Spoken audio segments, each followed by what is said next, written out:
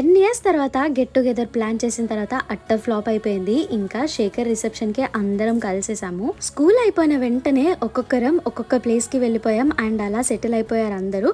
కొందరికి మ్యారేజెస్ అయ్యాయి, కొందరు మేము స్టడీస్ కంటిన్యూ చేసాము. అలా అందరం కలుసుకోలేకపోయాము.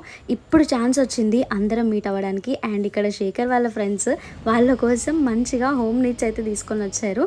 బేసిక్గా మన వాళ్ళందరూ పెళ్ళైనా రిసెప్షన్ అయినా ఫోటో ఫ్రేమ్స్ ఇంకా వాచెస్ ఇవన్నీ తీసుకొని వస్తారు కదా, అవన్నీ కాకుండా ఇలాంటివి హోమ్ నీడ్స్ తీసుకొని వస్తే వాళ్ళకు కూడా హెల్ప్ అవుతుంది అని అనుకుంటాను. మీరేమంటారు? కాసేపు అలా స్టేజ్ మీద ఫన్ అండ్ పర్ఫార్మెన్స్లు చూసుకున్నాక మంచిగా నవ్వుకున్నాం, చాలా టైం స్పెండ్ చేసాం. తర్వాత అమ్మాయి అబ్బాయి ఇలా వస్తున్నట్టుగా ఒక ఎంట్రీ వీడియో తీసుకున్నారు. నెక్స్ట్ మేము స్టేజ్ పైనకి వెళ్ళి మా ఫోటో ఫ్రేమ్ కూడా ఇచ్చేసాం. అండ్ ఇలా ఫొటోస్ అండ్ వీడియోస్ కూడా మ్యాండేటరీ కదా, ఎప్పటికీ గుర్తుండిపోతాయి.